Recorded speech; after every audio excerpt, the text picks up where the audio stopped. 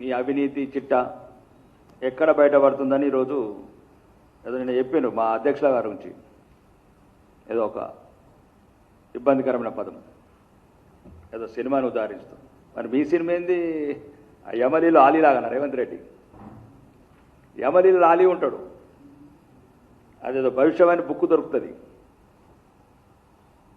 నీ అదృష్టం అట్లా భవిష్యవాణి బుక్ దొరికింది నీకు కాంగ్రెస్లో కాబట్టి 40 ఏళ్ళ నుంచి 50 ఏళ్ళ నుంచి ఆ పార్టీలో అందరినీ తొక్కి కప్పం కట్టి ఢిల్లీలో పిసిసి ప్రెసిడెంట్ ముఖ్యమంత్రి పదవి కొనుక్కున్నాం. ఈరోజు కాంగ్రెస్ మేమనట్లేదు, సీనియర్ మాజీ మంత్రి సీనియర్ నాయకుడు మీ ప్రభుత్వ సలహాదారుడు అంటున్నాడు.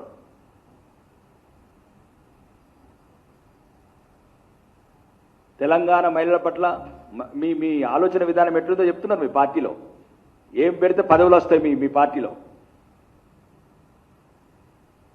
మీ పార్టీలో పైసలు పెడితే అమ్మాయిలను ఎరగవేస్తే పదవుల దిగదార్చిన ఆ స్థాయికి దిగదార్చిన ఆ పార్టీని మేమనట్లేదు. ఇది మీ all India Congress committee notice issue చేసింది.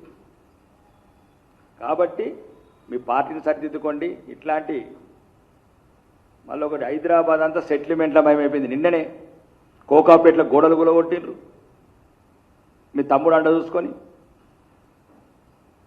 10 సంవత్సరాల నుంచి లిజెండ్ ఈకో అని సామాన్య ప్రజలను కూడా బతకనియారు. ఇక మీరు అవినీతికి సామాన్య ప్రజలను బతకనివ్వండి. హైదరాబాద్లో ఏదైనా సమస్యలు ఉంటే 1 గంటలలో మీరు పోగానే మీ బ్రదర్స్ పోగానే గంట లోపల ఎట్లా సెటిల్మెంట్ కావాలి? ఏమైనా రౌడీ రాజ్యమా, లేకపోతే గుండా రాజ్యమా, లేకపోతే సెటిల్మెంట్ రాష్ట్రమా? తెలంగాణ ఈరోజు అన్ని రకాలుగా విఫలం చెంది ఈరోజు గౌరవనీయ కేంద్ర మంత్రి కిషన్ రెడ్డి గారి మీద ప్రతిదానికి అబద్ధాలు. ఆయనను కలిశారు. కేంద్ర మంత్రి అయినా ప్రతి ఒక్కరిని కలుస్తాడు. కేంద్రంలో ఉన్న పనులు చూసుకోవాలి. ఈరోజు ఇంతన నిధులు వస్తున్నాయంటే కేంద్ర మంత్రి కిషన్ రెడ్డి గారి కృషి వల్లనే, మరియు బండి సంజయ్ కుమార్ గారి కృషి వల్లనే ఈరోజు ఈ నిధులు వస్తున్నాయి. త్రిపులారీ కావచ్చు, బుల్లెట్ ట్రైన్స్ ఎక్కడిచ్చాము? భారతదేశంలో 7 ట్రైన్లు ఇస్తే 3 ట్రైన్లు తెలంగాణకు. రాబోయే రోజులలో మెట్రోకు కూడా అన్ని రకాలుగా ఏదైతే సాంకేతిక కారణాలతో అడ్డుపడుతున్నదో దాని మీద ఒక మంచి హానెస్ట్ ఇంటలెక్చువల్ ఆఫీసర్స్ని పెట్టు. ఏసీబీ కేసులలో పట్టుబడ్డలం కాదు. చూస్తలేవా నీ ప్రభుత్వం వచ్చి నుంచి 8,000 కోట్లతో ఆశిస్తున్న అధికారులు అవినీతి ఏ రకంగా జడలు విప్పింది? ఇంతకుముందన కొద్ది భయం ఉండి ఇప్పుడు భయం లేకుండా చేసిన రాష్ట్రంలో ఎవరు ఎంతన్నా దోచుకోవచ్చు. ఏ కార్యాలయంకి వెళ్ళిన అవినీతి లేదు, పనులు కావట్లేదు. సామాన్య ప్రజలు తెలంగాణ వ్యాప్తంగా తల్లడిల్లుతున్నారు. మాకు చెప్తున్నారు ఎక్కడ పోతే అక్కడ ఏ జిల్లా పోయినా కానీ డబ్బులు ఇబ్బంది, పనులు కావట్లేదు అన్నా అని. ఫస్ట్ పరిపాలన మీద దృష్టి పెట్టండి. మరియు ఏదైతే తెలంగాణ ప్రజలకు ఇచ్చిన వాగ్దానాలు నెరవేర్చండి. మీరు అనుకుంటున్నట్లు మేమేం వదిలే సమస్య లేదు. ప్రజాక్షేత్రంలో భారతీయ జనతా పార్టీ ఎండగడుతుంది.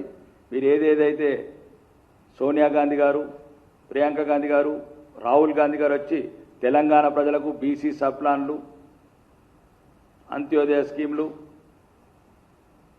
అస్తం భరోసా స్కీములు, 4,000 పెన్షన్లు, దివ్యాంగుల పెన్షన్లు,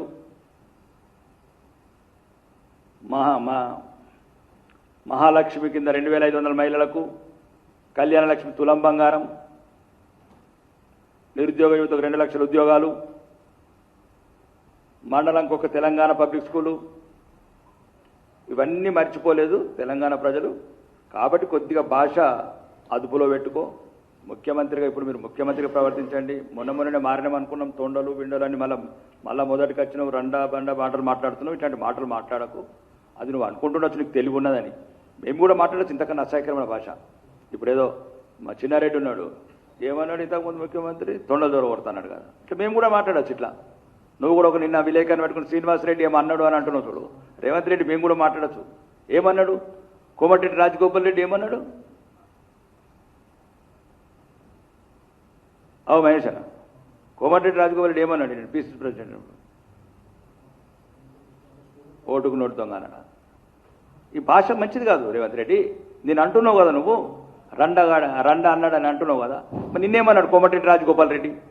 ఒక గౌరవప్రదమైన హోదాలు ఉన్నప్పుడు కొన్ని పదాలను మనం అవి వదిలేయాల. నీకే తెలివి, నీకే స్పాంటనేస్, కాలం గొలుసొచ్చింది కాబట్టి భవిష్యవాణి